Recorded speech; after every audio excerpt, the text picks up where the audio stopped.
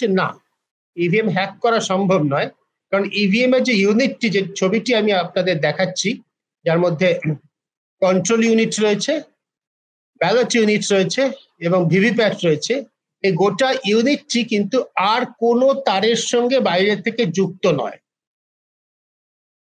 এই জিনিসটা খুব গুরুত্বপূর্ণ, এবং এর মধ্যে কোনো ওয়াইফাই কানেকশন, কোনো ব্লুটুথ ইত্যাদির কোনো ব্যাপার কোথাও নেই।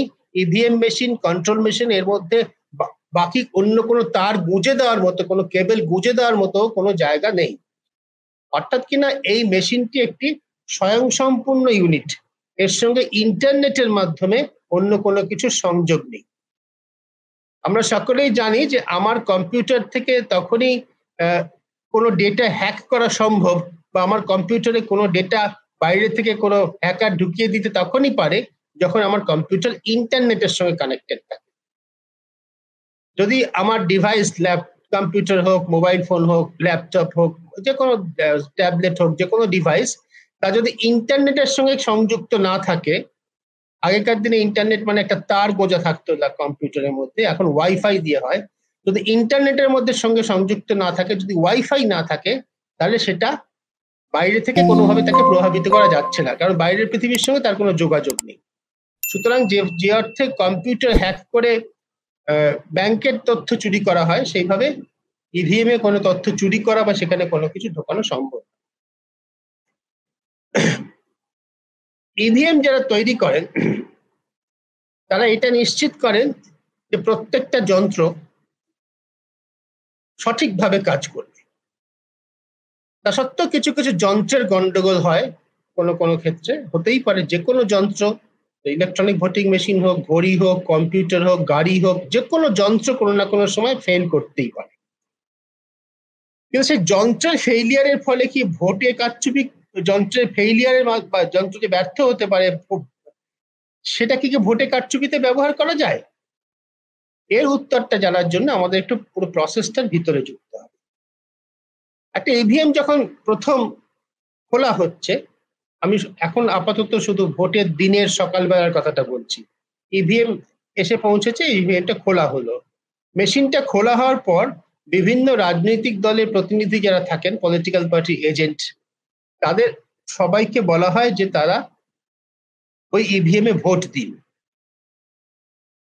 3টে, 7টা, 5টা, 6টা, 10টা, যে কটা ভোট, একটা রিজনেবল সংখ্যার মধ্যে, যাতে খুব বেশি সময় না যায়, তারা ভোট দেন। সেই ভোটগুলো তাদের সামনে প্রিজাইডিং অফিসার, পোলিং অফিসাররা যারা থাকেন, তারা দেখিয়ে দেন যে যে কটি ভোট দিয়েছেন সেই কটি ভোট পড়েছে। এই পর্বে যদি কারো কোনো সন্দেহ থাকে, দেখা যায় যে মিলছে না, তখনই সেই ইভিএম বাতিল করা হয়। এবার এটা কি করা সম্ভব যে ক্যান্ডিডেট এ, তাকে ভোট দেওয়া হলো, সেটা ভোটটা গিয়ে পড়লো ক্যান্ডিডেট বিতে? এটা করা সম্ভব, যে কোনো যন্ত্রেই এটা করা সম্ভব। আপনি বোতাম টিপলেন সুদীপ্ত সেনগুপ্তর পাশে, কিন্তু গিয়ে পড়লো ভোট নরেন্দ্র মোদীর কাছে বা মমতা ব্যানার্জির কাছে। সেটা করা সম্ভব যদি এই 3জনই প্রার্থী হয়। কিন্তু সেটা ওই পলিটিক্যাল পার্টির এজেন্টরা যখন রয়েছে, যখন এই 3জনেরই তো এজেন্ট রয়েছে, নরেন্দ্রর এজেন্ট রয়েছে, মমতার এজেন্ট রয়েছে, সুদীপ্তর এজেন্ট রয়েছে, এই এজেন্টরা যখন ভোট দিচ্ছেন, তখনই বোঝা যাবে যে সুদীপ্তর এজেন্ট যদি ভোট দিয়ে দেখেন যে তার ভোট মমতার কাছে বা নরেন্দ্রর কাছে চলে যাচ্ছে, তাহলে তিনি তখনই বলবেন, না, এই মেশিন আমি মেশিনে ভোট করতে দেব না। বিধি অনুসারে সমস্ত এজেন্টরা সন্তুষ্ট হবেন যে মেশিন ঠিকঠাক কাজ করছে, তারপরেই ভোট শুরু হওয়ার কথা। সুতরাং কোনো যন্ত্র যদি এরকম ভাবে বানানো হয়ে থাকে যে ভোট দেওয়া হবে সুদীপ্তকে, কিন্তু গিয়ে পড়বে নরেন্দ্রর খাতায়,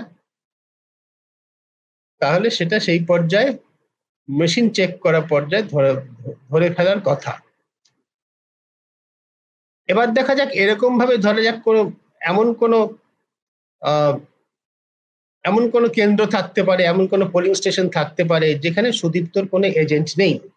বা ধরা যাক 3জন যদি প্রার্থী হয়, সুদীপ্ত, মমতা এবং নরেন্দ্র, তাদের কারোরই কোনো, সুদীপ্তরও কোনো এজেন্ট নেই, নরেন্দ্রের কোনো এজেন্ট নেই, একমাত্র মমতার এজেন্ট রয়েছে। এক্ষেত্রে ধরা যাক এমন একটা মেশিন তৈরি করা হয়েছে, যে মেশিনে সুদীপ্তকেই ভোট দেওয়া হোক, নরেন্দ্রকেই ভোট দেওয়া হোক, বা যাকেই ভোট দেওয়া হোক, সেটা শেষ পর্যন্ত মমতার কাছে গিয়ে পড়বে। এরকম একটি মেশিন থিওরিটিক্যালি বানানো সম্ভব। আচ্ছা, তাহলে সেই মেশিনটিকে সেই বুথে গিয়ে পৌঁছতে হবে, সেই নির্বাচন কেন্দ্রে সেই বুথে যেখানে এরকম হবে, সেটা কি সম্ভব? তার জন্য আমাদের একটু ভোটিং এর যেভাবে ব্যালট গুলো অ্যালার্ট করা হয় বা ইভিএম মেশিন গুলো অ্যালার্ট করা হয় সেই প্রক্রিয়ার মধ্যে দিয়ে যেতে হবে। সেখানেও কিন্তু এটা অসম্ভব।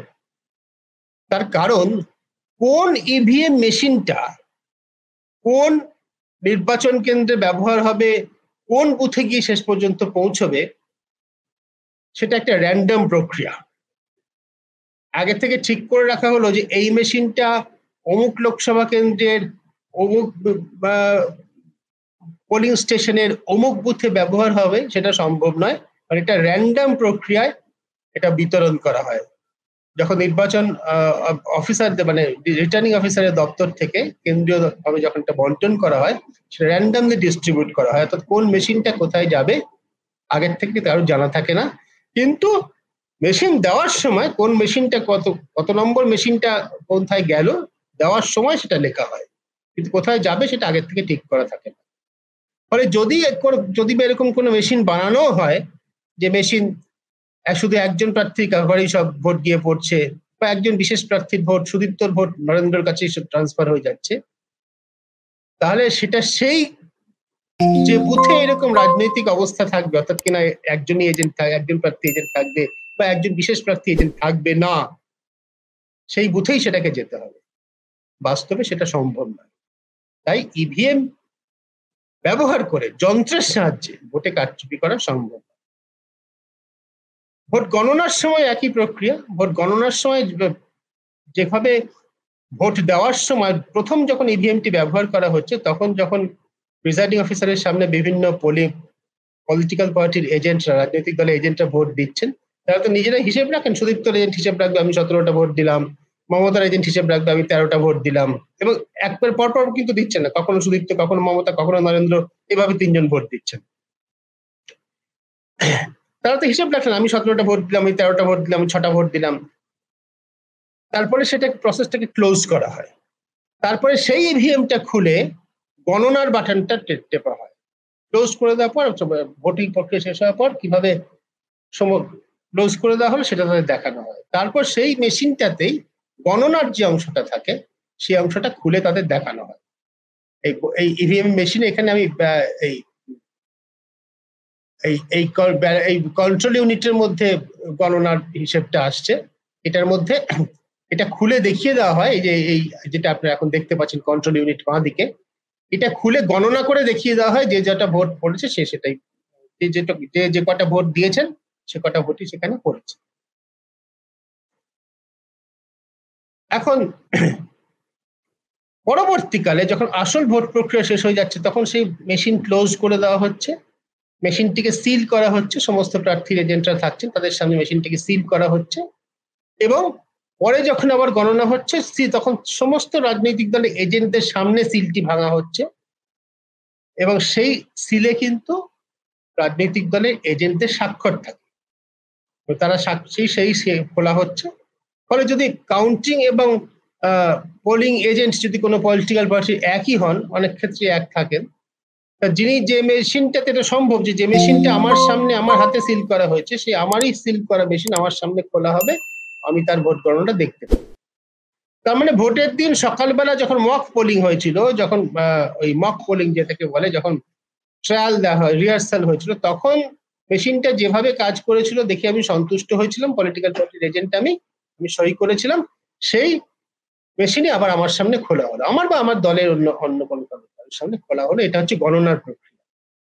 সুতরাং মেশিনের ব্যবহার করে, শুধু ইভিএম ব্যবহার করে ভোটে কারচুপি সম্ভব নয়। এবার আমি যে প্রসঙ্গটা আসবো সেটা হচ্ছে রাজনৈতিক বাস্তবতার প্রসঙ্গ এবং কিভাবে ইভিএমটা ব্যবহার হয়। এখানে কিন্তু একটা জিনিস পরিষ্কারভাবে মনে রাখা দরকার যে ভোটে কারচুপি ইভিএম এর থেকে শুরু হয়নি, এবং আজকে ইভিএম যদি উঠে যায় তাহলে শেষ হবে না। ব্যালট পেপারেও ভোটে কারচুপি যথেষ্ট হতো। কারচুপির সব থেকে সহজ উপায় হচ্ছে, আমি সাংবাদিক হিসেবে অভিজ্ঞতায় বহু দেখেছি বলে বলতে পারি, আপনারা নিশ্চয়ই অনেকেই সব দেখেছেন।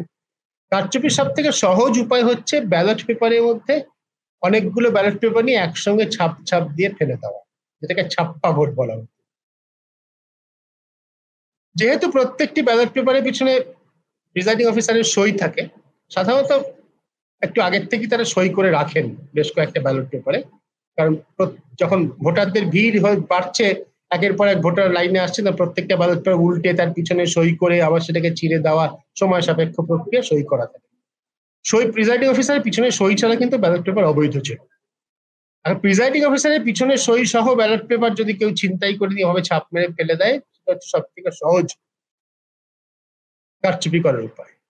ঠিক তেমনই ইভিএম এর সব থেকে সহজ কারচুপি করার উপায় হচ্ছে ওই কন্ট্রোল ইউনিটটির দখল নেওয়া।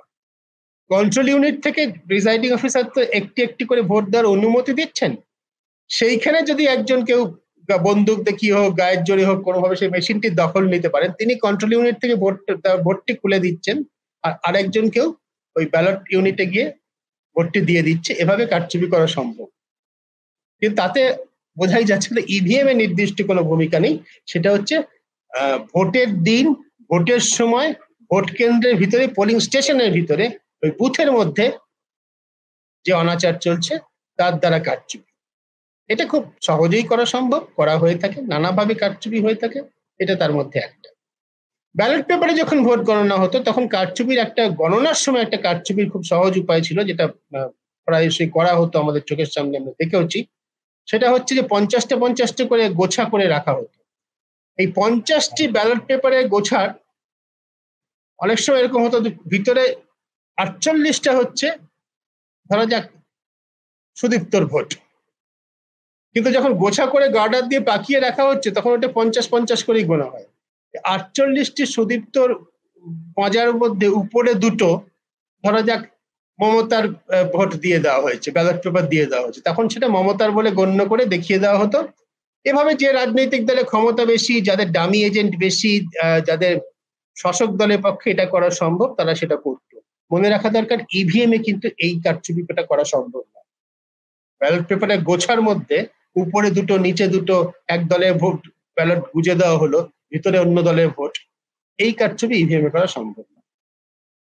কিন্তু বুথের মধ্যে পুরো ভোট প্রক্রিয়ার দখল নিয়ে গায়ের জোরে ভয় দেখিয়ে প্রিজাইডিং অফিসার, পোলিং অফিসারদের তাদের কাছ থেকে সরিয়ে দিয়ে পুরো বুথের দখল নিয়ে ভোটে কারচুপি করা, ঠিক যেমন ভাবে ব্যালট পেপারে সম্ভব, সেইভাবে ইভিএম এ সম্ভব।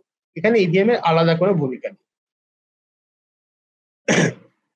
পশ্চিমবঙ্গের ক্ষেত্রে যেটা নিজস্ব অভিজ্ঞতা থেকে আমরা বলতে পারি, আমরা দেখেছি, আমি এবং ওই সময় যারা গত শতকের 9-এর দশকে বিশেষ করে ভোট দেখেছেন তারা জানেন, অনেক ক্ষেত্রে রাজনৈতিক বাস্তবতা হচ্ছে এই যে প্রধান শাসক দলের এজেন্ট ছাড়া অন্য কোনো পলিটিক্যাল পার্টির এজেন্টকে বুথে বসতেই দেওয়া হয় না।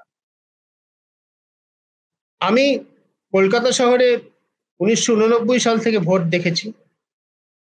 পূর্ব কলকাতায়, উত্তর কলকাতায়, বন্দর এলাকায়, বহু জায়গায় দেখেছি ব্যালট পেপারে বা পরবর্তীকালে ইভিএম এসে যাওয়ার পরে ইভিএম এ 5 জন প্রার্থীর নাম আছেন। 5 জন প্রার্থীর 5 জন এজেন্ট থাকার কথা, 5 জন এজেন্টই বসে রয়েছেন। এজেন্টদের গলায় একটা ওই পরিচয়পত্র টাইপের ঝোলানো থাকে, পরিচয়পত্র ঝোলানো থাকে, তিনি কোন দলের এজেন্ট, কোন প্রার্থীর এজেন্ট, সেটা লেখা থাকে।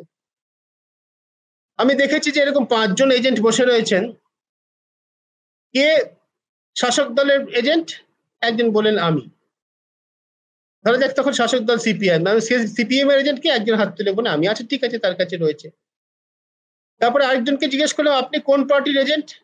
তিনি মুখ নিচু করে বসে আছেন, কোনো কথা নেই, কোনো উত্তর নেই। আবার আপনি কোন পার্টির এজেন্ট?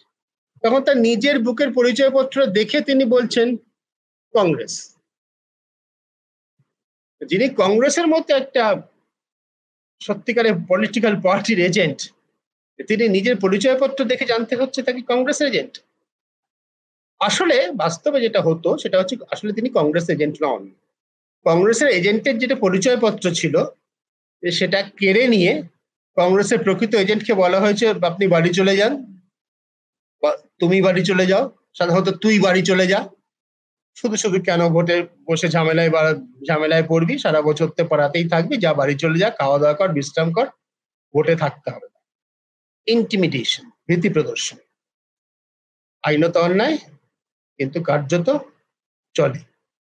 এইভাবে যদি সমস্ত পলিটিক্যাল পার্টির বাকি পলিটিক্যাল পার্টি এজেন্টদের শাসক দল বার করে দিতে পারে বা কোনো দল বার করে দিতে পারে এবং একমাত্র নিজেদের এজেন্ট এবং ডামি এজেন্ট রাখতে পারে, তাহলে ব্যালট পেপারে কারচুপি করা অনেক সহজ ছিল, কারণ কোনো কিছু প্রতিবাদ হতো না, কোনো ভোটারকে কেউ চ্যালেঞ্জ করতেন না। ইভিএম এর ক্ষেত্রে কিন্তু এভাবে কারচুপি করা একটু কঠিন, শেষ পর্যন্ত কন্ট্রোল ইউনিটটির দখল নিতে হবে।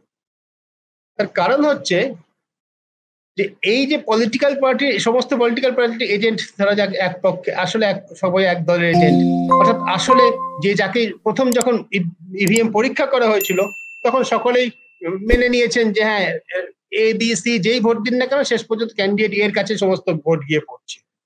সুদীপ্তকেই ভোট দেওয়া হোক, নরেন্দ্রকেই ভোট দেওয়া হোক, মমতাকেই ভোট দেওয়া হোক, সব ভোট গিয়ে সুদীপ্তর ঘরে জমা পড়ছে। এবং যেহেতু আসলে সবাই সুদীপ্তরই এজেন্ট, যদিও তার বুকে মমতার বা নরেন্দ্র পার্টির পরিচয়পত্র তার কাছে রয়েছে, তাতে এটাকে আপত্তিও করলো না, এটা সম্ভব।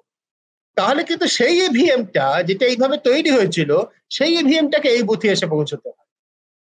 এবার যে বললাম, আগে বললাম যে যেভাবে র্যান্ডম প্রক্রিয়াতে ইভিএম গুলো বন্টন করা হয় তাতে সেটা অসম্ভব। সুতরাং শুধুমাত্র মেশিনের ব্যবহার দ্বারা ভোটে কারচুপি ইভিএম এ সম্ভব নয়। কিভাবে কারচুপি সম্ভব আমি আগে বললাম, যে ভোট প্রক্রিয়ার দখল নিয়ে গায়ের জোরে দখল করে ইতি প্রদর্শন করে প্রিজাইডিং অফিসার পোলিং অফিসারদের সরিয়ে দিয়ে সেভাবে কারচুপি ব্যালট পেপারেও হতো, ইভিএম সম্ভব। শেষ পর্যন্ত তো ব্যাপারটা মানুষেরই হাতে। ইভিএম এ কারচুপি করা সম্ভব কিনা এই প্রশ্নটা অনেকটা তো ওই বন্দুক জিনিসটা ভালো কি মন্দ তার উপর আর কি। বন্দুক জিনিসটা যখন ডাকাত ব্যবহার করে আমাকে ভয় দেখিয়ে ডাকাতি করার জন্য তখন খারাপ, আর যখন আমি ব্যবহার করি আমার নিজের নিরাপত্তার জন্য, আমাকে কেউ খুন করতে আসছে তখন এই বন্দুকের ব্যবহার করি, তখন জিনিসটা ভালো। মেশিনের তো কোনো বোধ নেই, চেতনা নেই, যন্ত্রের তো সেই অর্থে ইভিএম ভালো কি মন্দ সে বলার কোনো মানেই হয় না। ইভিএম ব্যবহার যারা করছেন তারা যদি মনে করেন যে কন্ট্রোলিং প্রসেসটাকে দখল নিয়ে প্রিজাইডিং অফিসারকে ভয় দেখিয়ে ভোট প্রক্রিয়ার দখল নিয়ে কারচুপি করবেন, তাহলে ইভিএম এ করা সম্ভব, ঠিক যেমন ব্যালট পেপারে করা সম্ভব। আলাদা করে যন্ত্র হিসেবে ইভিএম দিয়ে আশঙ্কার কোনো কারণ নেই।